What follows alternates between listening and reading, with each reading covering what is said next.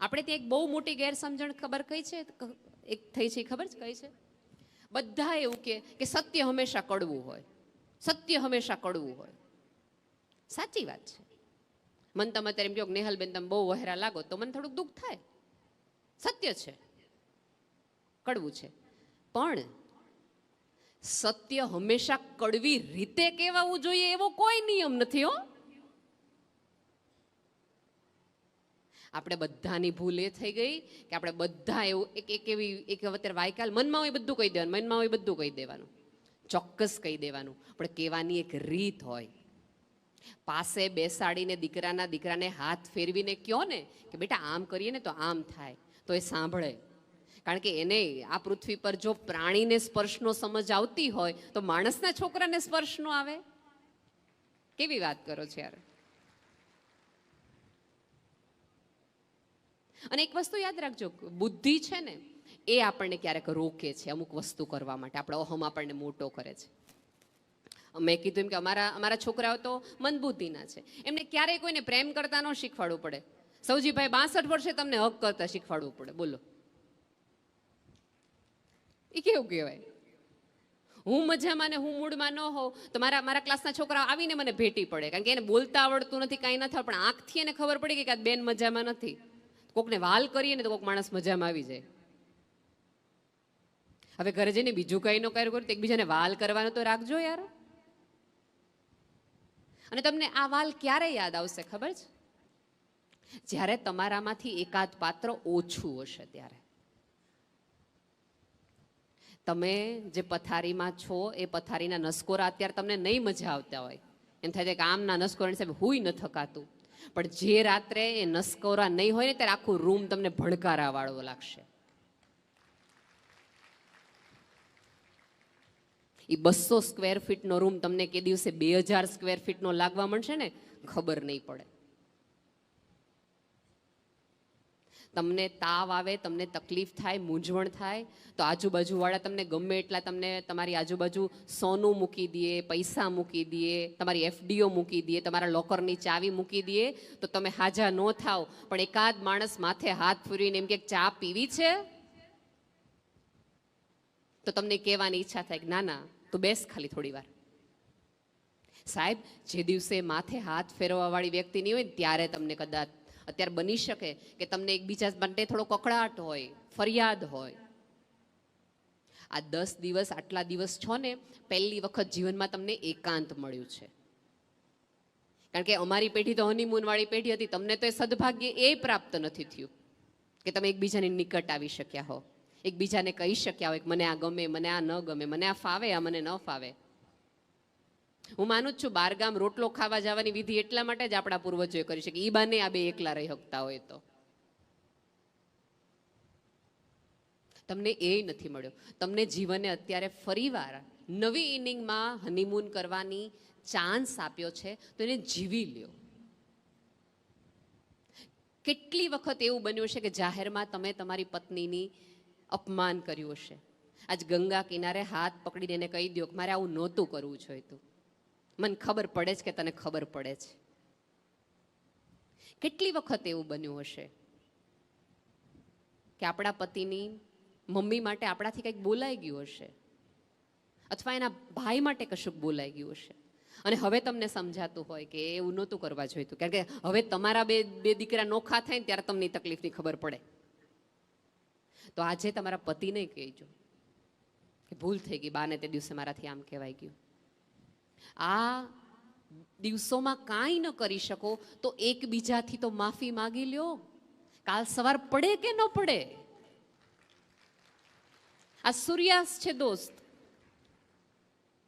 ક્યારે આ બધું સમેટાઈ જશે ને ખબર નહીં પડે. આભાર માની લ્યો, ઈશ્વરનો માનો એટલો જ પતિનો ને પત્નીનો માનો. આપણે ત્યાં એવું તકલીફ થઈ ગઈ છે કે પોતાના હોય એનો થોડો આભાર માનવાનો હોય કાંઈ. કેમ કેમ નરેન્દ્રભાઈએ એવી વાત કરી ને કે મેં સૌજીભાઈને અમારી આંખ સામે મોટા થતા જોયા, ત્યારે મને એક વાક્ય બહુ એવું લાગ્યું હતું કે એક વડાપ્રધાન એવું કે મેં આંખ સામે મોટા થતા જોયા, પણ હું અહીંથી જોઉં છું ને તો સૌજીભાઈને કેટલા લોકોના હૃદયમાં હું મોટા થતા જોઉં છું. અને આંખ સામે મોટો થયેલો માણસ ક્યારેક નાનો થાય, હૃદયમાં વિસ્તરતો માણસ ક્યારેય ન મોટો થાય, ક્યારેય નાનો ન થાય. એ અકબંધ. ચોકમાં પ્રતિમાઓ મુકાવો ને તો એના ઉપર કબૂતરો બેસે. અહીંયા બનાવેલી પ્રતિમા તો અખંડ રહી, સવાલ જ નથી. એમણે એવું કીધું ને કે આ પૃથ્વી પરથી તમે જાઓ તો તમારા કર્મો તમારી સાથે આવે, તમારો આત્મા તમારી સામે આવે. તો આત્મામાં સુંદર વસ્તુઓ રાખો, સુંદર સ્મૃતિઓ રાખો, વિચારો રાખો, વાતો રાખો. અને હવે તો તમે માની જ લેજો કે આપણી રિટર્ન ટિકિટ નજીક જ છે, વેઇટિંગ લિસ્ટમાં આપણે બધા છીએ, અહીંયા બેઠા છે. ક્યારે વારો આવે એની જ રાહ જોવાની છે. તો બેસ્ટ જેવું જીવો, જ્યારે જીવો ત્યારે એવું જીવો કે જતી વખતે તમારા ગયાનો અફસોસ કોકને હોય, યાર આ માણસ વયો ગયો. અમુક માણસો તો એવા હોય ને કે આપણને એવું ન પૂછવું હોય એને કે કેમ છો, આપણને એમ થાય હું કામ છો હજી. જેને સમજાણું એને હસી લીધું છે. ઘણા બધા લોકો એવા હોય, તમારી સામે મળે તો તમને એમ થાય કે એ તમારી સામે એવી રીતે જુએ કે એઝ ઇફ આપણે હમણાં એને એમ કહેશું કે અમારી લોન ભરી દો. કોઈની પાસે ઉછીના માગવા ન થાય. સાહેબ આપણે હસવાનું ભૂલી ગયા છીએ. આખી માનવ સભ્યતા, કેટલા બધા પ્રાણીઓ છે સાહેબ, હસવાનું ઉપરવાળાએ માત્ર માણસને આપ્યું છે. અને માણસ એક જ એડિયા પીધેલ મોઢાની જેમ ફરતો હોય છે. કોઈક માણસ તમને સામો મળે, તમે સ્માઇલ કરો ને એરપોર્ટ પર, ટ્રેન પર, તો નરેશભાઈ આપણને પૂછે કે આપણે પેલા ઓળખીએ છીએ એકબીજાને. એટલે એનો સાદો અર્થ એવો કરે, ઓળખતા હોય તો જ હસાય, બાકી હસવાનું નહીં. ત્યારે હું એમ જ કહું, માણસની સામે હસે નહીં તો શું કહે, શું કરવાનું હોય? બે પ્રાણીઓ ભેગા થાય તો વળકે ચડે, બે કૂતરા ભેગા થાય તો કઈ હસવાનું ન હોય, હે ને? બે માણસ એકબીજાની સામે સ્માઇલ કરે. સાહેબ ખુલીને હસવાનું તો શીખો. હવે થોડાક જ વર્ષો છે અને આપણા ફોટાઓ આપણા ઘરનાઓ આપણા ગયા પછી રાખે કે ન રાખે, આપણા ગયા પછી આપણું તર્પણ કરે કે ન કરે, આપણે જ બધું કરીને જવાનું. આપણે જ એમના હૃદયમાં એવી છબી કરાવીને જવાની કે એ હૃદયમાંથી એ છબી વખતે એને જ બહુ વાર લાગવી જોઈએ. અને એ છે તમારા વ્યવહાર થકી. સાહેબ વૃદ્ધત્વ એટલે તો આશીર્વાદનો ખજાનો. તમે જો તુલસીભાઈ હાથ જોડી અને માથું નમાવીને તમારી પાસે ભિક્ષા માંગતા એમ આશીર્વાદ માંગ્યા છે. એનો અર્થ એ છે કે આ પૃથ્વી પરની સૌથી મૂલ્યવાન વસ્તુ એ છે કે તમે પૈસા ગમે એટલું હોય પણ તોય તમારી પાસે નો, કોકના દિલથી નીકળે તો તમને મળે.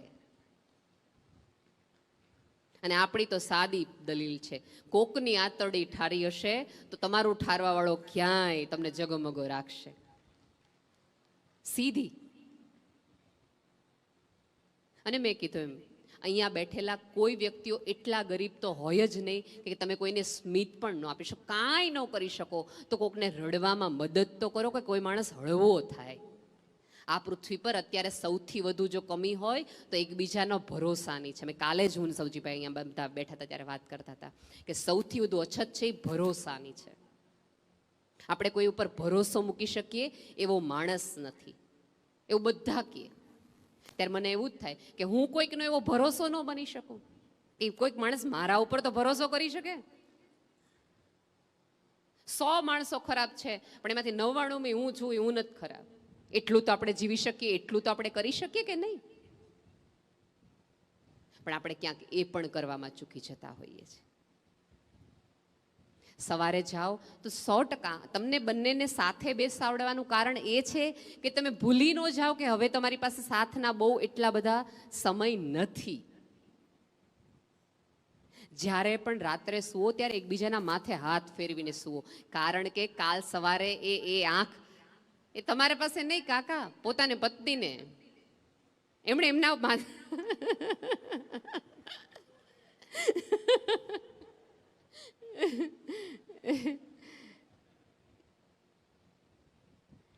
કારણ કે જ્યારે તમારી પાસે તમારું પોતાનું કોઈ હાથ ફેરવવા વાળું નહીં હોય ને તે દિવસે ઉઠવાની મજા નહીં આવે. રાત્રે તમે અડધી રાત્રે સહેજ 2 વાર પડખા ફરો અને એક અવાજ આવે કે નથી ઊંઘ આવતી, તે દી મુંજારો. પછી આખી રાત પડખા ફરો ને એકાદ અવાજને ગોતો હોય, જે અવાજ તમને ત્યારે કર્કશ લાગતો હોય, એ કર્કશ અવાજને તમે ગોતો કે એકાદ વ્યક્તિ એમ પૂછે કે યાર ઊંઘ નથી આવતી, સુવાની મજા આખી વહી જશે. સાચે કહું છું, બહુ જ ઓછા જ સૂર્યાસ્ત જોવાની કળા આ જ ઘટના છે કે આ સૌંદર્ય માણી લ્યો. કેમ કે ઉપરવાળાએ એ જ આપણને આમ જોવો તો પ્રકૃતિએ આજુબાજુ જ લેસન મૂક્યા છે કે જેટલું વંદન તમે આને કરો છો એટલી સુંદરતાથી આને પ્રગાઢતાથી જુઓ. આખું આકાશ રંગીન હોય, એનો અર્થ એમ છે કે હું જતા તરફ હોય ત્યારે મારે મારું આજુબાજુનું બધું રંગીન કરીને જવાનું છે. અને અહીંયા બેઠેલા ભાઈઓને બે હાથ જોડીને એક વિનંતી છે કે તમે જ્યાં જે પણ મૂકી કરીને આવ્યા હોય એ બધું પત્નીને કહીને જાઓ. તારે હું જાણીને કામ છે, તને ન ખબર પડે બધામાં. એવું કહેવાને બદલે પાસે બેસાડીને કહો કે આટલું આટલું અહીંયા છે, આટલું આટલું દીધું છે, આટલું આટલું અહીંયા મૂક્યું છે ને આની પાસેથી આટલું લેવાનું છે. કોરોના વખતે પૂછો સૌજીભાઈને, કેટલાય પતિઓનું કેટલાય બેંક એકાઉન્ટ એવા ફ્રીઝ થઈ ગયેલા છે, ખબર જ નથી. અને આપણી પત્ની હોય એને આપણા સિક્રેટ કહેવામાં વાંધો શું છે? સાહેબ, સૌથી વધુ તમે ધન્યવાન ને મૂલ્યવાન થાવ એની પ્રાર્થના તમારી મમ્મી પછી કોઈ કરી હોય તો એ તમારી પત્નીએ છે. એ શુક્રવારનું વ્રત જ્યારે વૈભવ લક્ષ્મીનું કરે છે ને ત્યારે ઘરમાં લક્ષ્મી આવે એની માટે કરે છે. એમ નથી કહેતી કે મારું લોકર ભરાઈ જાય. એને આપણે ન કહી શકીએ. ભાભીએ હમણાં મને બહુ સરસ વાત કરી, ગૌરી ભાભી મને કે પદ્મશ્રી તો મળી ગયું છે, મારી માતા જે ઉપરવાળાને પ્રાર્થના છે ને એટલો સાથ આપવો છે કે અમને ભારત રત્ન મળે. સાહેબ, પતિના સન્માને મોટી થતી સ્ત્રીની સભ્યતામાં આપણે રહીએ છીએ. થોડી શ્રદ્ધા એ વ્યક્તિમાં પણ રાખો અને મૂકો અને સાચવેલી રાખો. બહેનો તમે જો હસતા શીખી ગઈ છે, ભાઈઓને હજી તમારે થોડીક સૌજીભાઈ પ્રેક્ટિસ કરાવવી પડશે. એટલે 2 દિવસની તમે એક એવી જાત્રા કરજો જેમાં ભાઈઓ જોઈ અને ભાઈઓને શીખવો કે તમારે જેવું હળવું કેવી રીતે રહેવાય. તકલીફ છે ભાઈઓમાં. એવું થયું છે કે જીવન આખી જવાબદારીના બોજ નીચે ખભા એટલા બધા નમી ગયા છે, એટલા બધા નમી ગયા છે. કાલ જોતો તું દાંડિયા રસ લેતી વખતે બિચારા સ્માઇલ નહોતા કરી શકતા હતા. ખરેખર ઈચ્છા બહુ થતી હતી હળવા થઈ જઈએ, ખુલ્લું મૂકી દઈએ, જતું કરી દઈએ. પણ ઓલું નાનપણથી જવાબદારીનો બોજ ખભા ઉપર એટલો બધો મોટો થઈ ગયો છે. કારણ કે પુરુષનું હૃદય એવું છે, કારણ કે શેરિંગ એને શીખ્યું નથી, કોઈને કંઈ કહેવાનું નથી. આપણે એવું માનીએ છીએ કે મૂછુંને વળ દઈને પાઘડી રાખીએ એટલે પછી કંઈ કરવાનું હોય જ નહીં, કોઈને કહેવાનું જ ન હોય, ઢીલા તો પડવાનું જ ન હોય. ના, આ પૃથ્વી પર જે લોકો હળવા નિરાતવાળા સરળ રહ્યા છે ને એ જ ટકી ગયા છે. તમે જો ભયાનક વાવાઝોડું આવે ને તો કોઈ વૃક્ષને તમે ઉખડતા જોશો, દેવદારનું વૃક્ષ ઉખડી જાય, પણ કોઈ ઘાસનું પણ ઉખડી ગયું તમને નહીં હોય. ઘાસ એની જગ્યાએ જ હોય. એ પવનની સાથે ફરે, આમથી આમ ફરે અને પાછું પવન જાય એટલે પોતાની દિશા, પોતાની જગ્યાએ ઊભું રહી જાય. જેટલા અકળ બનશો તો પ્રકૃતિએ તમને ઉખાડીને ફેંકી દેશે. જેટલા સરળ અને નમ્ર બનશો તો પ્રકૃતિ તમને સપોર્ટ કરશે ઉગવા માટે, ઉકાળવા માટે.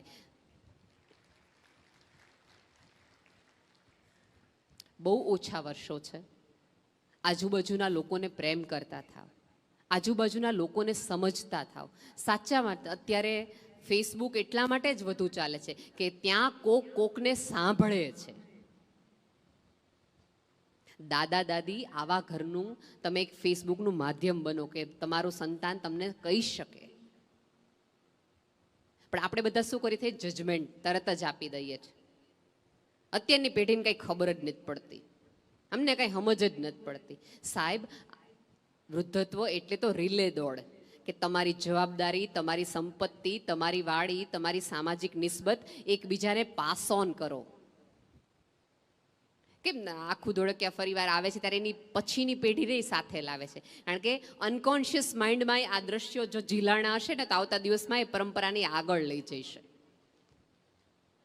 આપણે શું કરીએ? તમને બધાને ન ખબર પડે, તમે બધા નાના છો એટલે સંતાનને તમે 90% કિસ્સામાં એવું કહો કે તને ખબર ન પડે કે તું નાનો છો, અને બાકીના કિસ્સામાં એમ કહો તો આવડો મોટો ઢાંઢો થયો તોય તને ખબર નથી પડતી.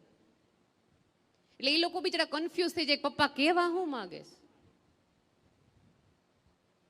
એને આ બધા જ કન્ફ્યુઝનમાંથી બહાર લાવો, ખુલ્લા હૃદયે જીવવાનું શરૂ કરો. અને આજે સ્નાન કરો ત્યારે તમારી અંદર રહેલી તમામ પ્રકારની ગાંઠોને આમ જવા દો. બહુ થયું, બહુ જ એટલે બહુ થયું. ક્યાં સુધી આ બધા ઇમોશન, લાગણીઓના કેટલા બધા પ્રવાહોને, રાગને, દ્વેષના પોટલાઓ માથે લઈને ફરવા, એને જતા કરવા જોઈએ. અને આપણે એક બીજો એવો વિચાર આવતો કે આ ઉંમરે હવે અમારે નવું શું કરવું, કારણ કે તમને એમ થાય બેન તમે કામ કરવાનું કીધું, નવું શું કામ કરવું. તો એ માટે જ એક છેલ્લી કથા કહીને મારી વાત પૂરી કરું. કાશ્મીરમાં એક બહુ જ સરસ પાર્ક છે, બહુ જ સુંદર પાર્ક, જ્યાં વિશ્વના બહુ જ બધાના ફૂલો થાય છે. એ સ્ત્રીનો પતિ ગુજરી જાય છે, સંતાન છે નહીં, એટલે પછી રોજ ડિપ્રેશનમાં આવી જાય, તકલીફમાં આવે છે, મૂંઝવણમાં આવે છે કે શું કરું શું કરું. પછી એક વખત એક સરસ મજાના ફૂલોની ગાંઠ એક નર્સરીમાંથી લાવે છે. 2 દિવસ પછી ફૂલ બહુ સરસ આવે છે. એ ફૂલ જોઈને એને જ બહુ મજા આવે છે.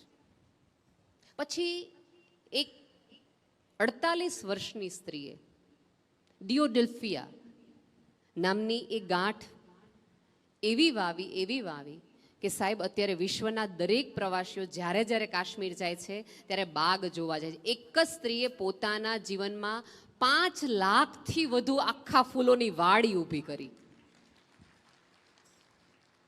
અને એ મળે ને ત્યારે બધાને એવું કહે છે કે આ મારા સંતાનો છે. અને કેવા કે એને જોઈને લોકોના આનંદમાં હાશકારો થાય, એના રંગો જોઈને લોકોને આનંદ આવે. એકાદ વૃક્ષ વાવો, એક વિચાર સાથે નિસ્બત રાખો. કેટલા સરસ આપણે ત્યાં વેદો છે, એનો અભ્યાસ કરો. સારો માણસ બનવાના છેલ્લા દિવસો છે, ચૂકી ન જતા. ટ્રેન જેમણે કીધું ને ચૂક્યા છે પછી એમને ક્યારેય મળી નથી. આ છેલ્લી વિસલ છે. જ્યારે, અને હું તો બહુ જ પ્રેમથી કહેતી હોઉં છું કે પહેલો ધોળો વાળ આવે ને ત્યારે તમને સિગ્નલ ઉપર વાળો આવે કે હવે યુટર્ન. આમ તમે જુઓ ને તો 2 તાળા આવે, ખબર છે સૌજી કાકા? 42-40 વર્ષે તમને 2 તાળા આવે. એટલે તમને નજીકનું જોવા માટેના એ 2 તાળા હોય. ત્યારે હું બધાને કહું કે ઈશ્વર તમને એમ કહે છે કે બહુ દૂર જોયું, યુટર્ન છે હવે નજીકનું જોઈ લે. એ ચશ્મા નહીં, દ્રષ્ટિ બદલાવાની વાત છે. અને ઈશ્વરની આ બેંકમાંથી જવાની, તમે આખી જુવાની આમ જમા કરાવો ને દોસ્ત, ત્યારે વૃદ્ધત્વ તમને મળે. એ સાહેબી કહેવાય. મારા કાળા વાળ, આપણા કુંડાળા, ચામડીની એકદમ કડકતા, આપણો કડક સ્વભાવ, આપણું વલણ બધું જમા કરાવ્યું ને ત્યારે ઈશ્વર એમ કીધું હવે તો આજથી વડલો, તારા છાયા નીચે પેઢી ઊભી થશે. આવતી પેઢીને પ્રેમ કરો. કારણ કે આપણે જ્યારે નાના હતા ને ત્યારે એ પેઢીને આપણાથી ફરિયાદ હતી જ તે. બધાએ કાંઈ વાહ થાબડવાવાળા ન હોય, મળ્યાય ન હોય. ક્યારેક સૌજી કાકાને પૂછજો કે અહીંયા પહેતા ત્યારે બધા એમ કીધું કે આગે બડો હમ તમારે સાથે, એવા તો હતા જ નહીં. અને આ જગતમાં સૌથી વધુ મજા આવે એવી વાત એ છે કે જગતે તમને કીધું હોય ને કે આ તારાથી નહીં થાય, એ કરી અને સામે હાથ જોડીને જવામાં છે, કોલર ઊંચા કરીને થઈ ગયું ને, અને મારાથી જ.